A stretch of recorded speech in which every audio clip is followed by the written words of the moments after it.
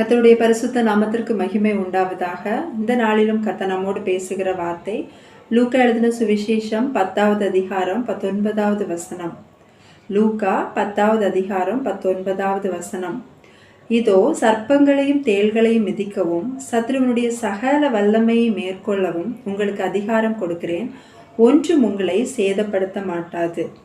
ஒன்றும் உங்களை சேதப்படுத்த மாட்டாது. பிரியமானவர்களே, நமக்கு எதிரான எல்லா காரியங்களையும் மிதிக்கவும் மேற்கொள்ளவும் உங்களுக்கு அதிகாரம் கொடுக்கிறேன் என்று ஆண்டவர் இங்கே சொல்லுகிறதை நம்ம பார்க்க முடியும். அதாவது ஆரம்பத்திலே தேவன் பூமியை உண்டாக்கி மனுஷனையும் படைக்கிறார். மனுஷனை படைத்து விட்டு கர்த்தர் சொல்லுகிறார், நீங்கள் பூமியை கீழ்ப்படுத்தி அதை ஆண்டு கொள்ளுங்கள் என்று அவர்களை ஆசீர்வதிக்கிறார். அதாவது பூமியில் உள்ள எந்த காரியமும் உங்களை கீழ்ப்படுத்தாதபடிக்கு, எந்த காரியமும் உங்களை அடிமைப்படுத்தாதபடிக்கு நீங்கள் அவைகளை ஆண்டு கொள்ளுங்கள் என்று ஆண்டவர் அங்கே அவர்களை ஆசீர்வதிப்பதை நம்ம பார்க்க முடியும். ஆனால் ஏவாளுக்கு தோன்றின ஒரு சின்ன ஆசையினாலே, அவளுடைய மாம்சத்தில் தோன்றின ஒரு ஆசையின் நிமித்தம் அங்கே அவள் சாத்தானை கீழ்ப்படுத்தாதபடிக்கு சாத்தான் அவளை கீழ்ப்படுத்துகிறதை நாம் இங்கே பார்க்க முடியும். சாத்தான் அவளை மேற்கொள்ளுகிறான். சாத்தானே அவர்கள் மேற்கொள்ளும் படிக்காக கர்த்தர் அவர்களுக்கு அங்கே கட்டளை கொடுக்கிறார், அந்த கனியை புசிக்க கூடாது என்று. ஆனால் அவள் அந்த கட்டளையை விளக்கினது நிமித்தம் அங்கே சத்துரு அவர்களை மேற்கொள்ளுவதை நாம் பார்க்கிறோம்.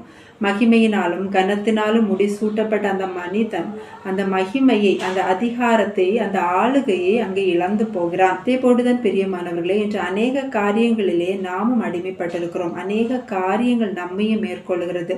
சத்ருவனுடைய பயமுறுத்துதலா இருக்கலாம், உலகத்தின் ஆடம்பரங்களாக இருக்கலாம், நம்முடைய கவலைகள், சோர்வுகள் என எந்த பலவிதமான காரியங்கள் நம்மை அடிமைப்படுத்துகிறது, நம்மை மேற்கொள்ளுகிறது, நம்மை ஆளுகை செய்ய நாம் விட்டு கொடுக்கிறோம்.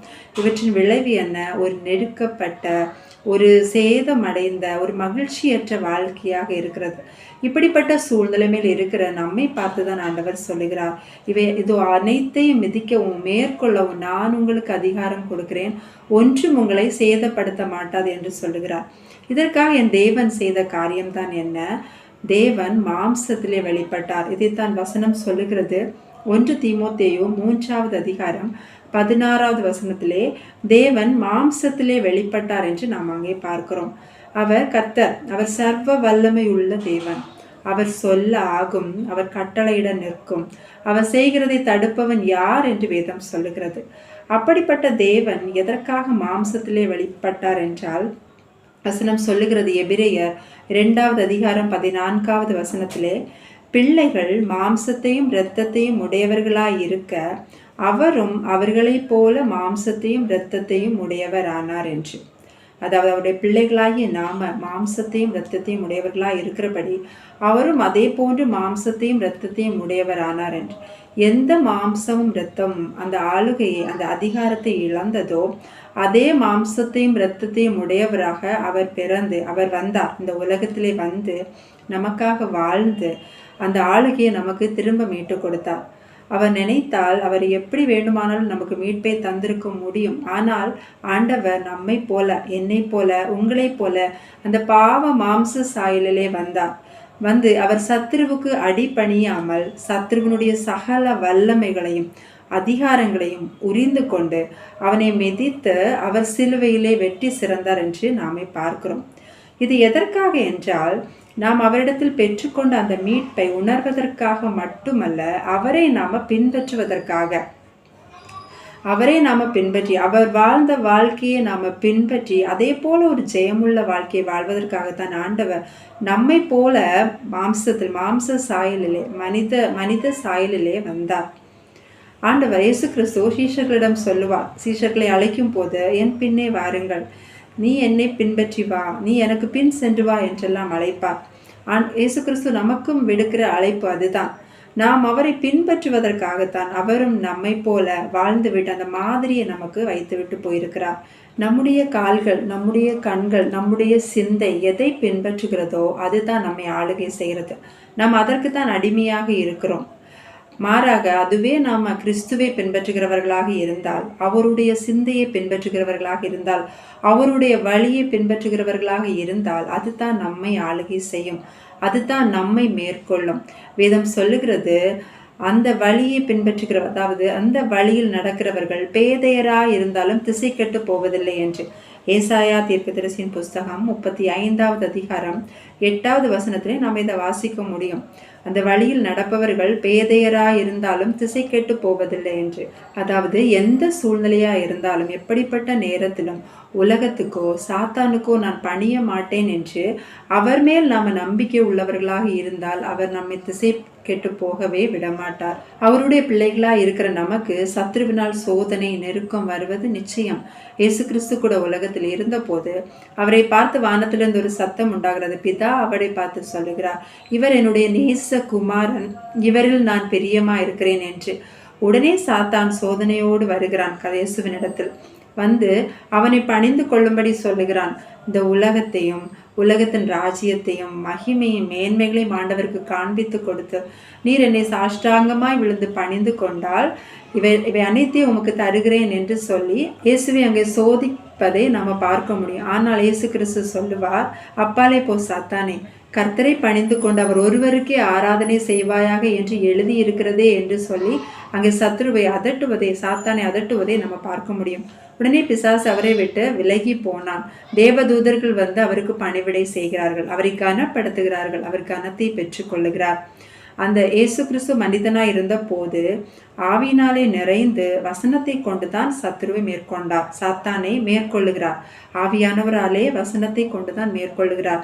அப்படிப்பட்ட ஒரு மாதிரியை ஆண்டவர் நமக்கு இந்த காரியத்தின் மூலமாக கற்றுக் கொடுக்கிறார். எஸ்தரின் புஸ்தகம் 3வது அதிகாரத்திலே மொர்தேகாயை குறித்து சொல்லப்பட்டிருப்பது நமக்கு தெரியும்.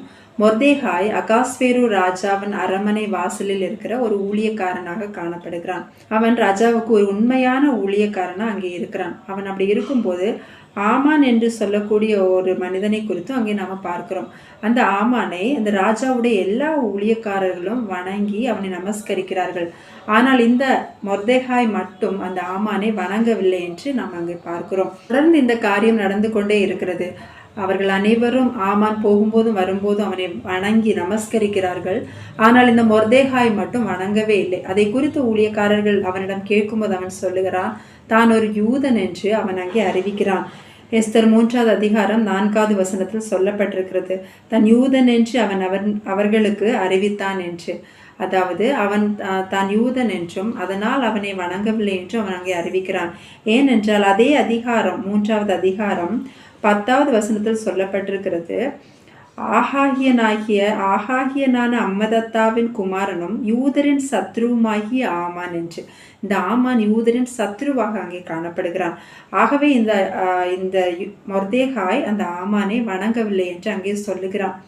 இதை கேட்ட ஊழியக்காரர்கள் அவன் தன்னை யூதன் என்று அறிவித்தபடியால் இந்த சொற்கள் எப்படி நிலை நிற்கிறது என்று பார்க்கும்படிக்கு அந்த காரியத்தை ஆமானிடம் போய் அறிவிக்கிறார்கள்.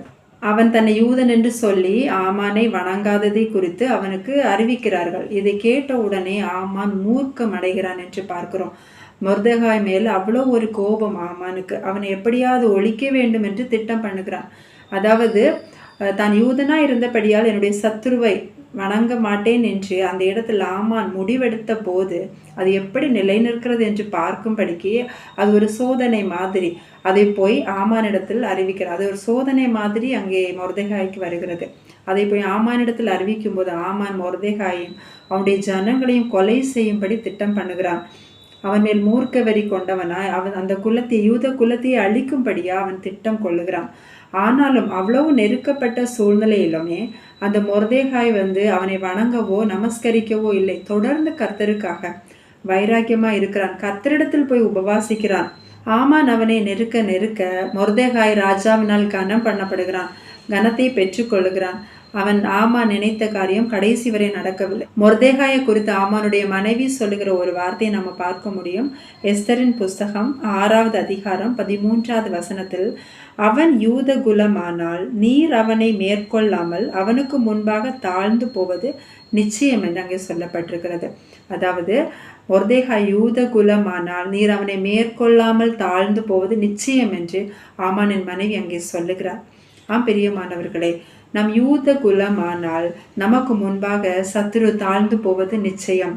நாம் அவனை மேற்கொள்ளும்படியான அதிகாரத்தை பெற்றுக்கொள்வது நிச்சயம். இங்கே மொர்தெகாய் யூத குலம் என்று சொல்லி கடைசி வரைக்கும் அதிலே நிலைத்திருக்கிறான். அதே போல நாமும் யூத குலமாக இருப்போமானால் சத்ரு நமக்கு முன்பாக தாழ்ந்து போவது நிச்சயம், நாமும் கனத்தை பெற்றுக்கொள்வது நிச்சயமாக காணப்படுகிறது. அந்த யூத குலம் என்பது தான் என்ன? இதை குறித்து தான் வேதம் சொல்லுகிறது. ரோமருக்கு எழுதின நிருபம் 2வது அதிகாரம் 28, 29 ஆகிய வசனங்களில், ஆதலால் புறம்பாக யூதனானவன் யூதன் அல்ல, புறம்பாக மாம்சத்தில் செய்யப்படும் விருத்த சேதனமும் விருத்த சேதனம் அல்ல, உள்ளத்திலே யூதனானவனே யூதன், எழுத்தின்படி உண்டாகாமல் ஆவியின்படி இருதயத்தில் உண்டாகும் விருத்த சேதனமே விருத்த சேதனம். இங்கே புறம்பான யூதனை பற்றி குறிப்பிடப்படவில்லை.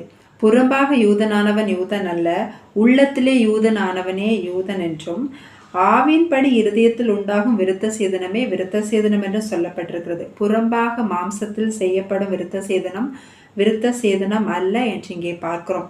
உள்ளத்திலே ஏற்படுகிற, நம்முடைய இருதயத்தில் ஏற்படுகிற விருத்த சேதனம் தான், உள்ளத்திலே உண்டாகிற அந்த ஒரு மாற்றம் தான் யூதனுக்குரிய அடையாளம் என்று நாம் இங்கே பார்க்கிறோம். அதாவது நம்முடைய இருதயத்திலே ஆவியானவர் விருத்த சேதனம் பண்ண நாம் இடம் கொடுக்க வேண்டும். நம்முடைய இருதயத்தை ஆவியானவர் விருத்த சேதனம் பண்ண நாம் இடம் கொடுக்க வேண்டும். இதைத்தான் எசேக்கியேல் தீர்க்கதரிசியின் புஸ்தகம் 36வது அதிகாரம் 9வது வசனத்தில் சொல்லப்பட்டிருக்கிறது. நீங்கள் பண்படுத்தப்பட்டு விதைக்கப்படுவீர்கள் என்று. இந்த பண்படுத்துகிற அந்த காரியம்தான் விருத்த சேதனம் பண்ணுகிறது. இதுதான் புதிய உடன்படிக்கை. இயேசு கிறிஸ்து மூலமா இந்த ஆவியின் பிரமாணம் உண்டாகிறது. இதைத்தான் எசேக்கியேல் 36வது அதிகாரம் 27வது வசனத்தில் சொல்லப்பட்டிருக்கிறது. உங்கள் உள்ளத்திலே என் ஆவியை வைத்து என் கட்டளைகளின்படி நடக்க பண்ணுவேன் என்று. இதே காரியத்தை எரேமியா தீர்க்கதரிசியின் புஸ்தகம் 31வது அதிகாரத்தில் சொல்லப்பட்டிருக்கிறது. அவைகளை உங்கள் இருதயங்களில் எழுதுவேன் என்று சொல்லப்பட்டிருக்கிறது. ஆவியினாலே வசனத்தை இருதயத்தில் எழுதுகிறார். அதை எழுதும் போது அது பதியத்தக்கதாக எழுதுவார். அதான் பண்படுத்தி விதைக்கிறார். எப்படி மாம்சத்திலே பண்ணப்படுகிற ஒரு விருத்த சேதனம் அது ஒரு பெயின்ஃபுல்லாக இருக்குமோ, அதே போன்று தான் இந்த பண்படுத்துகிற காரியம் என்பதும் ஒரு வலியை கொடுப்பதாக காணப்படுகிறது. அதை செய்ய நாம் நம்முடைய இருதயத்தை முழுமையாக ஆவியானவருக்கு ஒப்பு கொடுக்க வேண்டும். ஏனென்றால் நம்முடைய இருதயம் எப்படி இருக்கிறது என்று வேதம் சொல்லுகிறது. மத்தேயு 23:28, அப்படியே நீங்களும் மனுஷருக்கு நீதிமான்கள் என்று புறம்பே காணப்படுகிறீர்கள், உள்ளத்திலோ மாயத்தினாலும் அக்கிரமத்தினாலும் நிறைந்திருக்கிறீர்கள் என்று. நம்முடைய உள்ளம் மாயத்தினாலும் அக்கிரமத்தினாலும் நிறைந்திருக்கிறதா. புறம்பே நம்ம நீதிமான்கள் என்று காணப்பட்டாலும், நம்ம யூதர்கள் என்று காணப்பட்டாலும், நம்ம கிறிஸ்தவர்கள் என்று காணப்பட்டாலும், நம்முடைய உள்ளம் மாயத்தினாலும், இந்த உலகத்தின் மாயத்தினாலும். இந்த உலகம் என்பது ஒரு மாயையான காரியம்தான். அது கொடுக்கிற சந்தோஷம் இன்று சந்தோஷமாக இருக்கும், நாளை அது இருப்பதில்லை. இன்று திருப்தியாக இருக்கும், நாளை அது திருப்தியற்று இருக்கும்.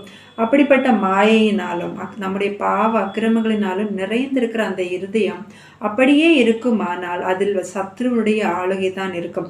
இதை குறித்து வேதம் சொல்லுகிறது. வெளிப்படுத்தின விசேஷம் 3வது அதிகாரம் 9வது வசனத்திலே, இதோ யூதர் அல்லாதிருந்தும் தங்களை யூதர் என்று பொய் சொல்லுகிறவர்களாகிய சாத்தானுடைய கூட்டத்தார் என்று.